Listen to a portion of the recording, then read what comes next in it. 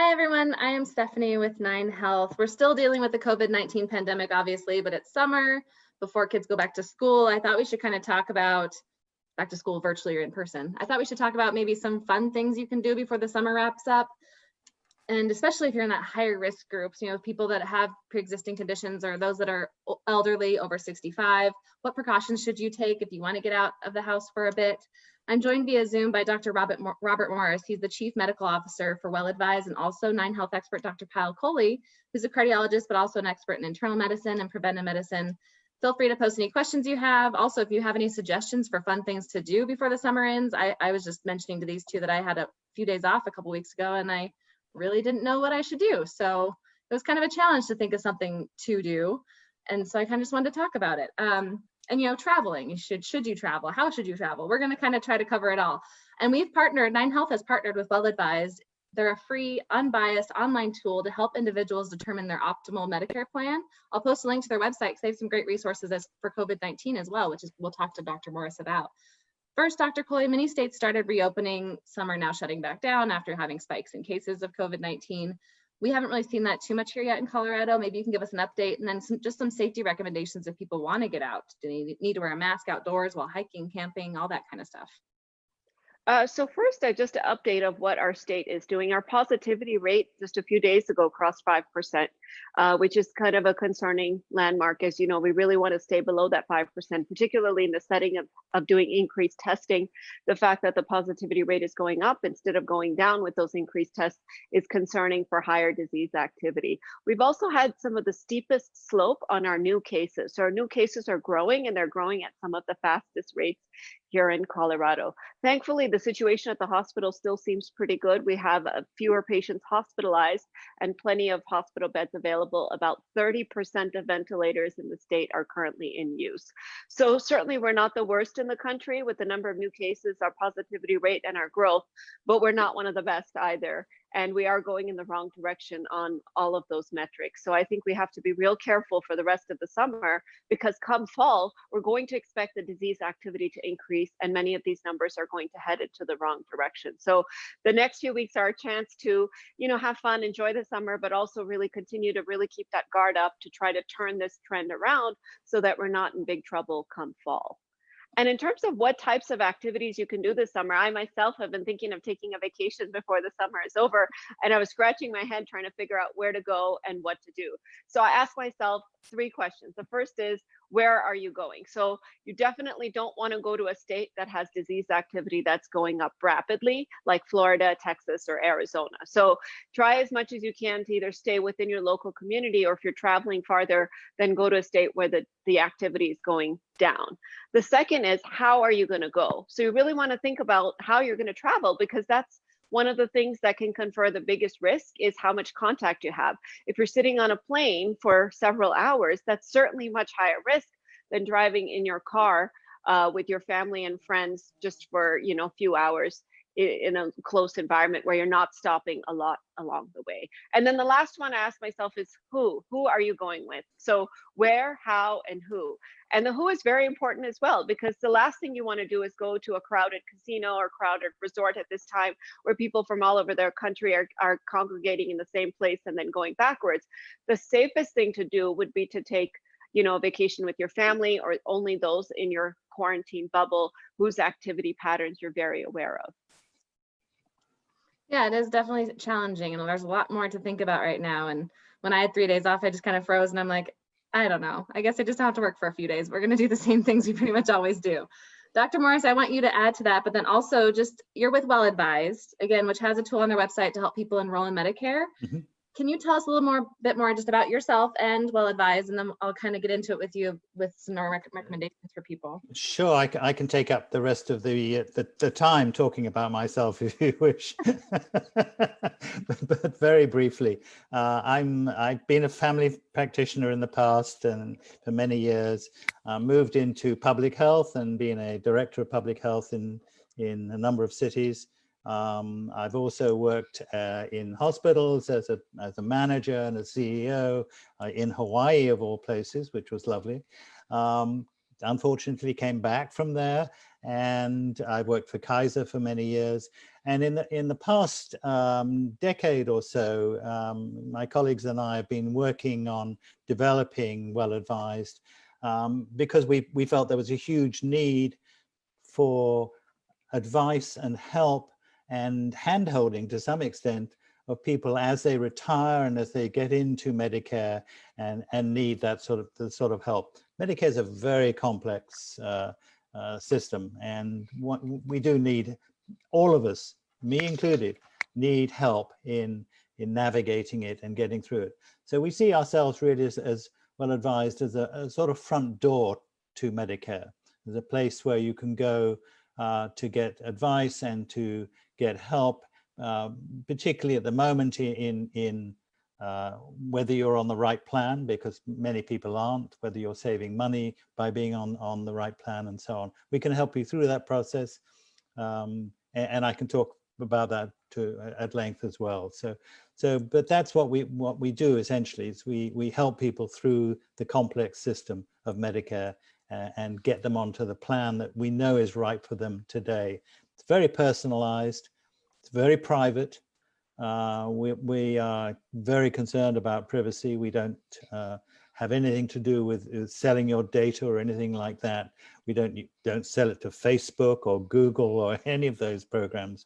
But we are thorough. We have contracts with every single health plan there is in the country, and we have the ability to put you into any plan that is available to you. So that's the sort of things that we do. Yeah, and again, I just wanted Dr. Morris to explain who he's with. He's with Well Advised, who 9Health has partnered with.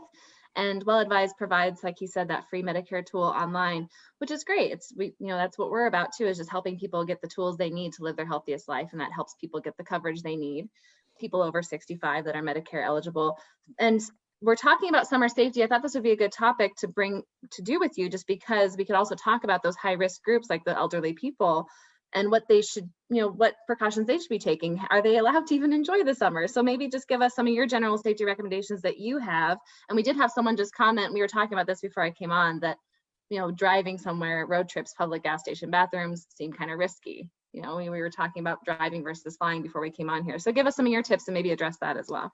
Yes, I mean, I absolutely agree with Dr. Coley's recommendations, by the way, looking at where you're going, how you're getting there, and who you're with. And the problems are in flying. I mean, the problems are, where are you going? Because many states have got restrictions that are different from Colorado's. And if they are different, you need to understand how different and how are people going to treat you. You've got a mandatory mask recommendation now in Colorado. Many states don't, and you will find that that's a problem. So be very careful. I would not fly anywhere at the moment, and I don't intend to, and haven't made any plans to do so this year. And Dr. Morris, I would just add, there was actually a survey of physicians on social media asking that same question.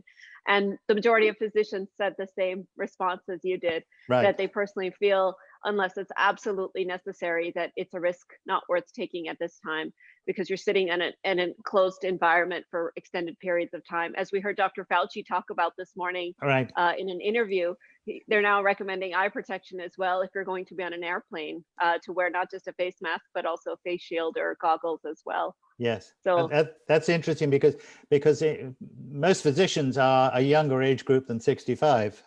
Mm-hmm. So if they're not going to, if you're over 65 and have some conditions, the usual conditions that people have with cardiac or whatever, then it makes it even higher risk. And so, yes, don't fly. It would be my recommendation. Absolutely. It's interesting you talk about the shield. I do now go out to grocery stores.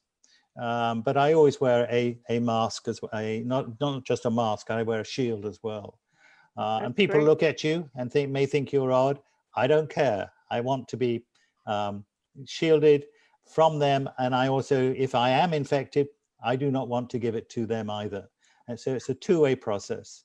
And I think one of the important things that illustrates is that how much we're learning about the virus, because most of the time we had been thinking of this as a respiratory virus, focusing really on the portals of the nose and the mouth, and then certain anecdotal stories with physicians catching the virus potentially through their eyes on a plane, the ophthalmologist from China who contracted the virus maybe through contact with other people's eyes, helps us to realize that it's eyes, nose, and mouth as potential portals. So far, the ears don't seem to be a potential portal of entry or infection. But again, everything is up in the air with this virus.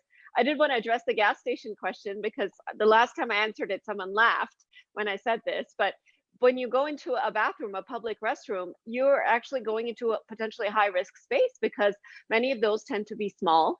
They don't always have the best ventilation. There's a lot of people there. And of course, they're touching a lot of surfaces with their hands. And the other thing we realized from studies is that when you flush the toilet, especially the public toilets that are not able to have a lid that's closed down on them, you can aerosolize several hundred or 1,000 droplets. And as far as we can tell, the virus can be shed in other people's stool, in their feces. We don't think that that's entirely infectious virus. We think it's just virus fragments, but that still remains to be seen. So I would always tell my patients, especially if they're high risk, if they're going to the bathroom or public bathroom, not just to wear the mask, but put on their sunglasses or put on some kind of eye protection, because if those particles are aerosolizing, then they could certainly, get into the eyes, and people would make fun of me and say that you're telling us to wear sunglasses inside the bathroom.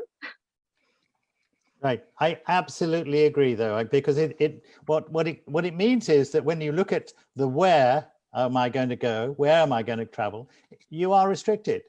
It would be wonderful for us all to be able to go outside to a park and walk around gently and so on. But if you've got to drive a distance there and are going to have to stop, which many of us will have to along the way, those precautions are really necessary.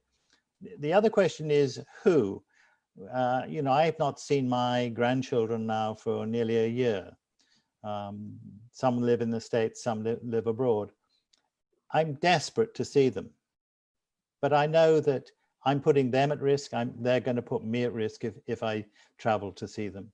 So who it is you go and see is really important.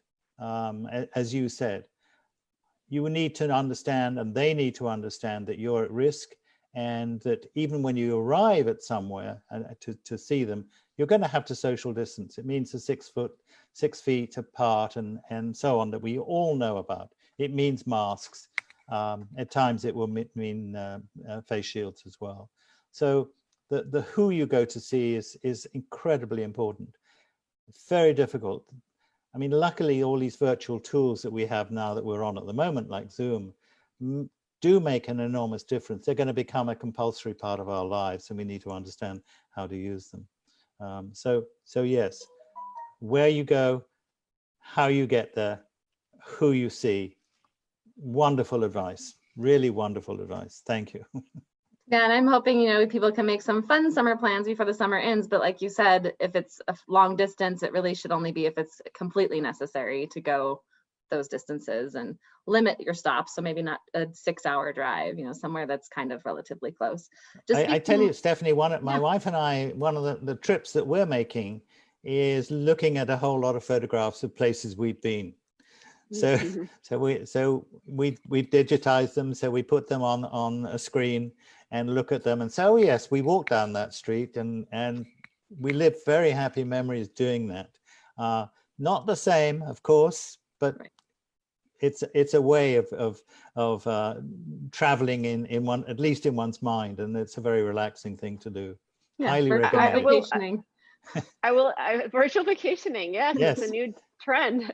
I will add a couple of tips if you do have to travel somewhere for compulsory reasons. If you're getting on a plane, it's data show that it's actually better to sit in the window seat than the aisle seat, because you're less likely to have contact from people walking by.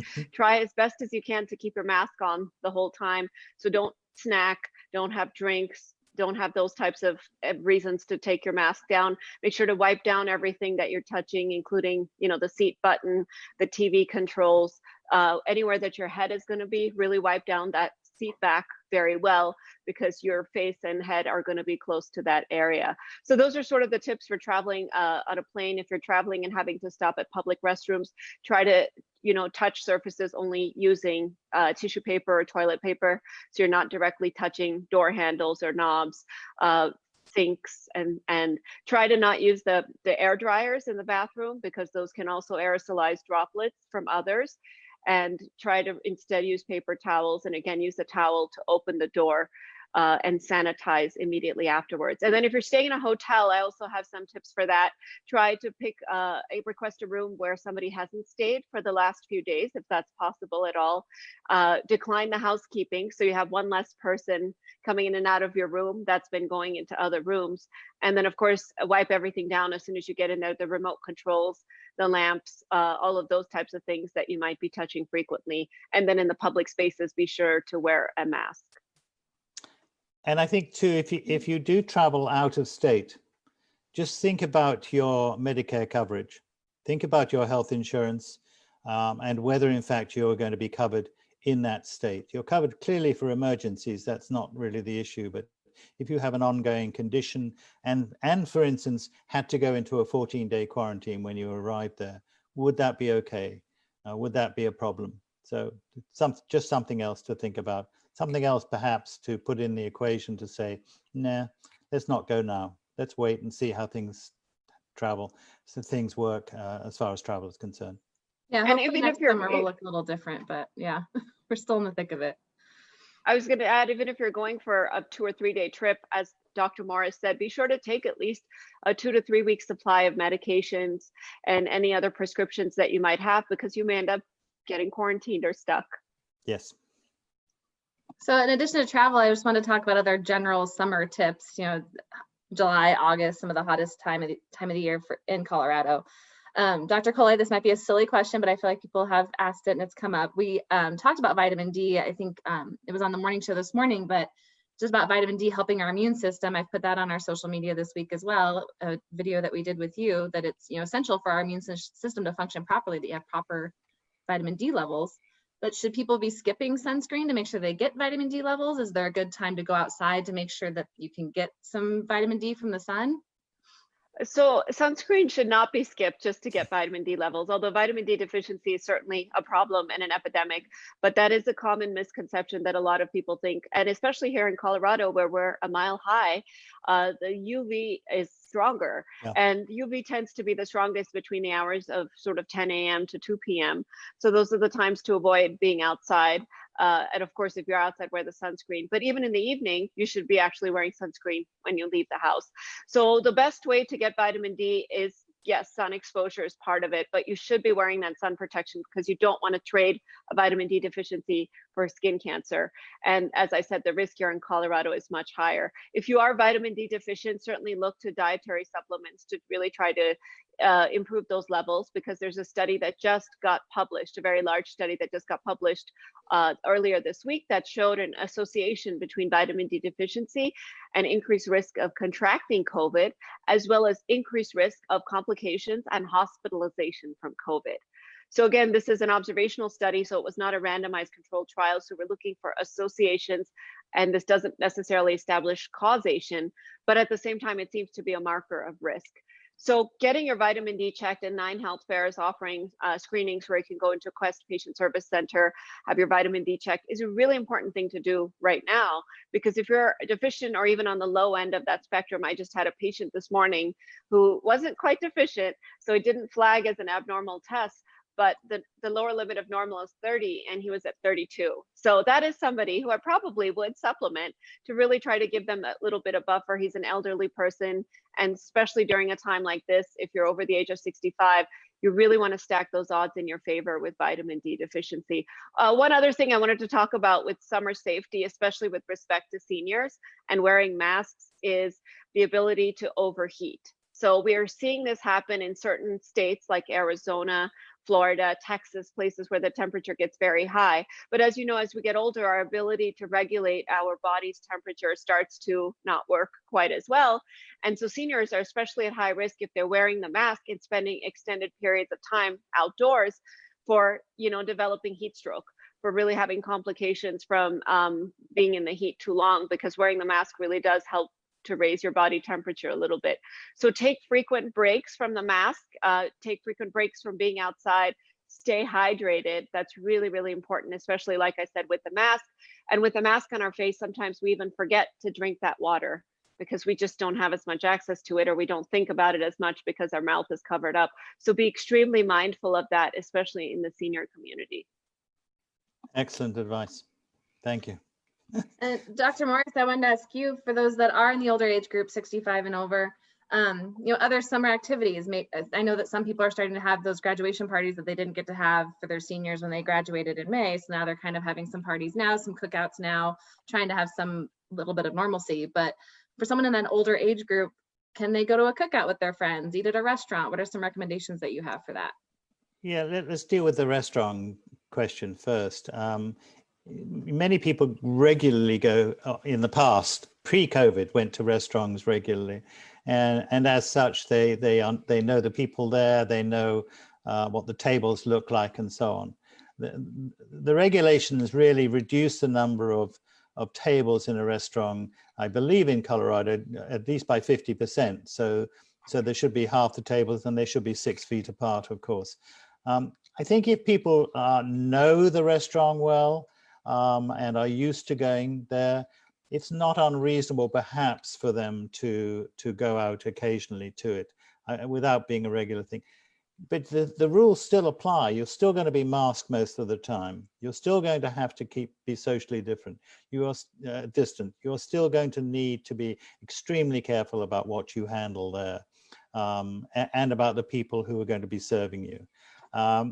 It's a risk I haven't taken yet. And don't propose to take yet. So I would be very careful about going to restaurants. I noticed in my neighborhood here that they've actually closed a whole lot of roads down in order for restaurants to be able to seat people outside on the road. And that to me is an excellent idea, and one that perhaps will be much more available in the future for some time. So there are some exceptions perhaps that one can think about. As far as going to a local cookout, if you know the people extremely well, if you know that you can rely on them to be careful, and to be masked, to be distant socially from you, the 6 feet that is required, maybe that's okay. All the time, think about your safety and your vulnerability to this disease, and also the issue of whether in fact you are going to be passing on infection that you don't know about to other people. It's a two-way thing always, this. So I would be very careful. And I hate to say it, but I would remain as isolated as possible at home or in your great outdoors, I think is the expression that you're using in Colorado now. So that's not good news, I know, for a lot of people, but I would be very careful. And Dr. Cole, I don't know if you want to add to that at all. I know we've talked about kind of eating at restaurants before and cookouts, trying not to, share serving utensils, bring your own drink, that kind of thing. Right. Yeah, I would add just a couple of things, which is that, as Dr. Morris said, eating outdoors at a restaurant may be something that's a reasonable thing to do. But keep in mind, that's because it's right now, it's summertime. It's possible for us to eat outdoors, and the virus activity is low, flu activity is low. Come fall, it's going to be a whole different story. Absolutely. So these Yes. rules aren't going to apply for, in 6 months. It's going to be a whole different picture. And we really are going to have to be at home as much as possible. And I think the sooner that we as Americans can start to embrace a little bit of that culture, because this virus isn't going away for the next 6 to 12 months. The vaccine, it's coming as fast as possible, but it's going to still probably be 6 to 12 months before we can realistically think about getting it administered. So in the meantime, we have to figure out how to keep ourselves safe, as Dr. Morris said, not take unreasonable risks with ourselves or with others, and really try to change as a community so that we can socialize, enjoy ourselves, and enjoy life without exposing ourselves to risk. So I have seen a lot of people eating indoors at restaurants. I live in Cherry Creek, so I go for a walk sometimes in the evening in the neighborhood, and those restaurants are packed. And every time I look in, my heart stops for a minute because they're all in a closed space. Of course, they can't wear their masks while they're eating. As you're chewing, you actually emit small droplets or aerosols. And even though the wait staff is masked, all the other patrons sitting in the restaurant are not. So, you can do your best to take as many precautions as possible. But indoor dining at this point, as Dr. Fauci said, is not something he would do. And it's not something that I would do either. Yeah, that's right, though, with the summer, at least we have the patio option. But yeah, as we get into winter, Dr. Robert Morris, I think you're in Southern California, right? So I'm in Los Angeles. So patios are probably more of an option more year round than they are here. But yeah, for us, we'll have cold temperatures and snow soon. So it'll be back to ordering takeout, having things at home if you want to get something from a restaurant. Dr. Coley, quickly, I wanted to ask about, just for kids, mostly for my own interest too. I have a 4-year-old, I have an 8-month-old. We started going to playgrounds again and just washing our hands really good when we get home. But is that safe? Is it safe to go to playgrounds?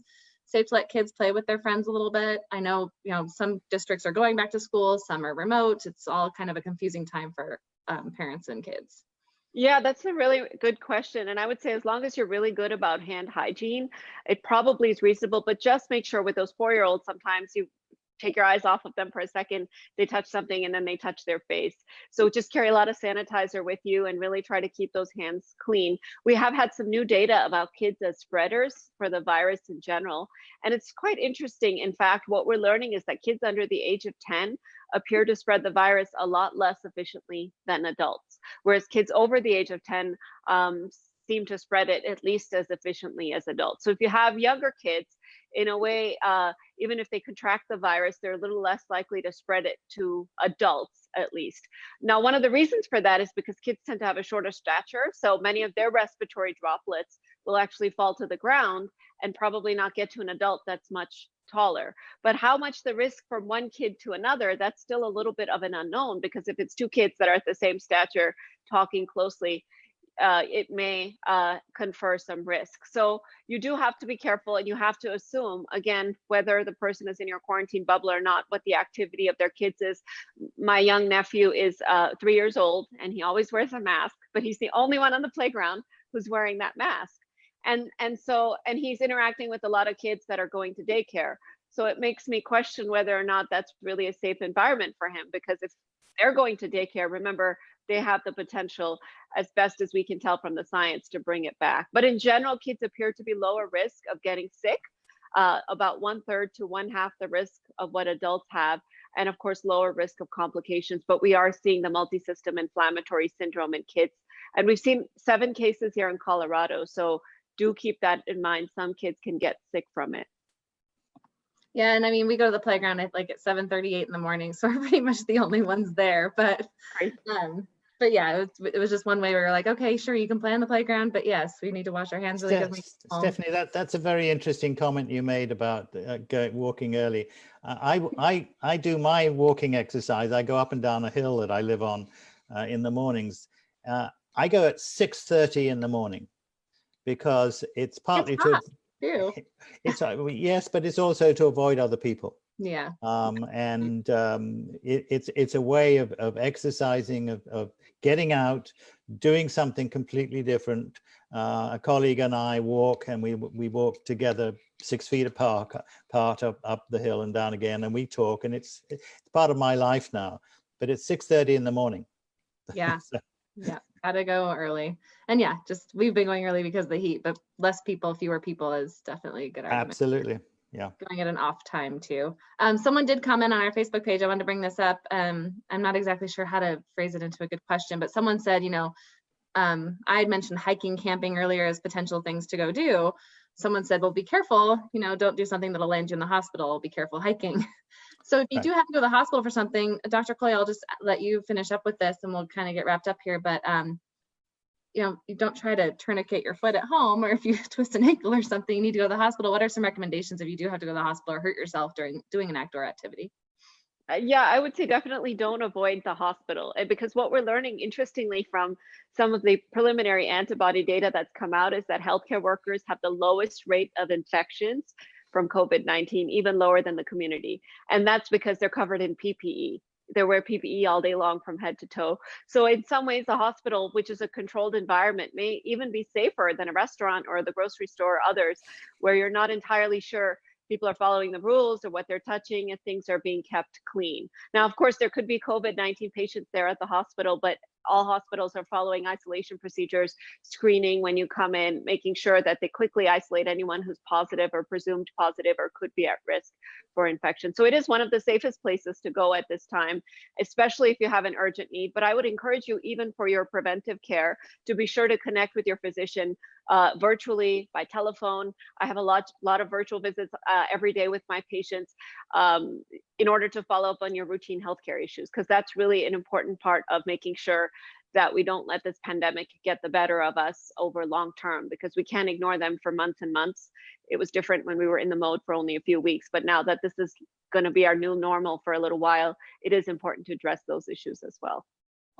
Yeah, and I've kept both of these people longer than I think I said I would. So I'm going to let us get wrapped up here. What I did want to discuss, well, Dr. Cloy just mentioned your preventive care. 9Health is now offering the screenings you'd normally find at a 9Health fair through Quest Diagnostics. You can go get your blood chemistry done for $35, which gives you your cholesterol, your triglycerides, your TSH for your thyroid, your glucose, all those levels that you want to check for your preventive care. We also have a vitamin D screening. We are offering a COVID-19 antibody test as well if you want to. If you're just curious whether or not you were infected with COVID previously, or you'd like to know, or had symptoms at some point, or known exposure, it's another good test to do. I'll post a link. I think I did post one link. I can post it again to our 9Health Discovery Kits. You kind of build your own kit of screenings for your preventive care, and that's a good way too to just go get that screening real quick. And then if there is a level that you need to discuss with your physician, you can, or you can also call our 9Health Neighbors line, 303-698-4455, extension 2005. Our 9Health medical volunteers, again, because we didn't have our spring 9Health fairs, they volunteered to staff this line. You call, leave a message, and within 24 hours, they'll give you a call back and you can ask your medical questions, talk about the screening you had done at a Quest Diagnostics Center. We're really just trying to offer some ways for you to be the healthiest version of yourself right now. And again, we've also partnered with Well Advised, who Dr. Morris is with. They offer tools to make Medicare and healthcare less confusing. You can manage your care needs and health spending all in one place at welladvised.com. I'll post the link in the comments, and it's all for free. So you go and you can have these tools for free and pick the best plan for you. And I think that is really all I have for everyone. If you have additional questions or comments, you can post those and I'll get those answered after we're done with this live. And I'm going to let both of you guys go. And thank you so much for joining us. Thank you, Stephanie.